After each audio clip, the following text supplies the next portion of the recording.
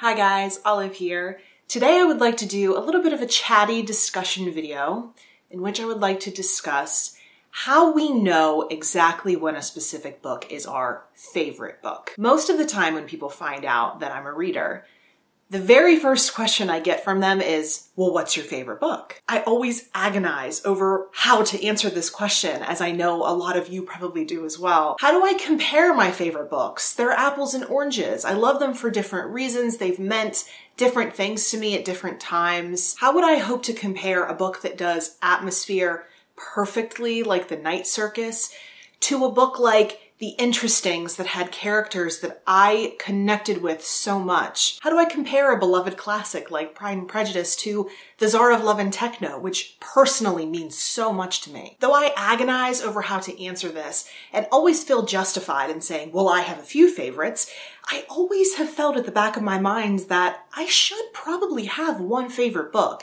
There is probably one of my favorites that stands out enough for me to be able to hold it up and say, this is my favorite book. Then that got me on a whole different line of thinking of what exactly makes a book a favorite? What needs to be in that book for you to consider it a favorite? And much like people's rating systems, I know that this is going to be different for everyone. When I really sat down and thought about it, I was able to come up with some basic components that a book would need to have in order to qualify as one of my all-time favorites. If I'm ever going to hold up a book and call it my favorite, it needs to have extremely strong writing, beautiful but concise. My favorite book needs to have an atmosphere that I can feel myself sinking into. My favorite book needs to have characters that I feel like I really understand by the end of the novel. These characters need to have dimension.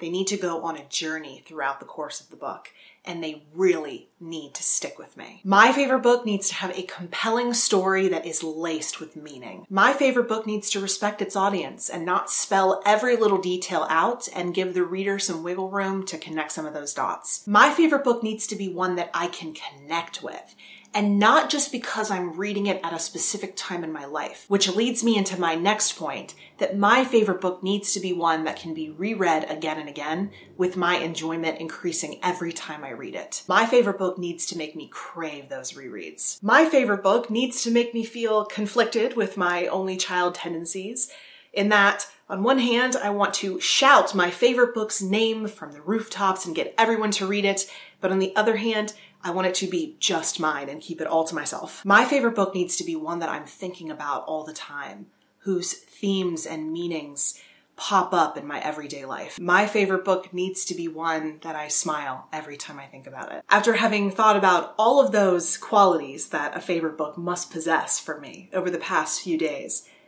there is only one that will qualify. This book was the whole reason I started thinking about this topic in the first place. I think it's about time to start calling Rules of Civility by Amor Towles my favorite book. This book blows me away every time I read it / listen to it on audiobook. This month I did my second reread of this book, so it is the third time I have finished this.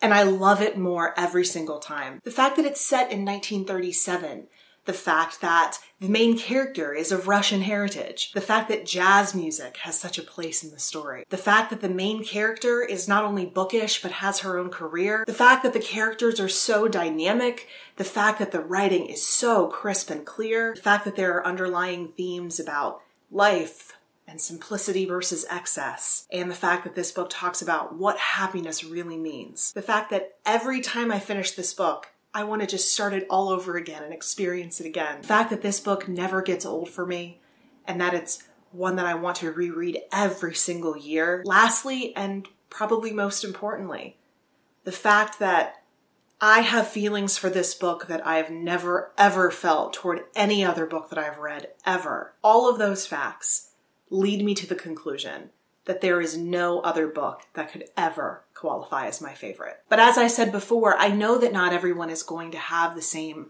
qualifying factors in picking a favorite. So I want to open this up for discussion in the comment section below. How do you know when a book is your favorite? What traits must a book have if it's going to be your favorite? When you start thinking about those qualities and start comparing them against your list of favorites, is there one that stands out as your favorite among the pack? Is it possible that a book could be so great that it could transcend the list of qualifying factors of a favorite book? I want to hear all of these things from you, either in the comment section down below, or you can find me on a variety of places on social media. The links to all of my profiles are in the description box below. Thank you so much for watching. I hope you're having a wonderful day, and I will see you in the next video.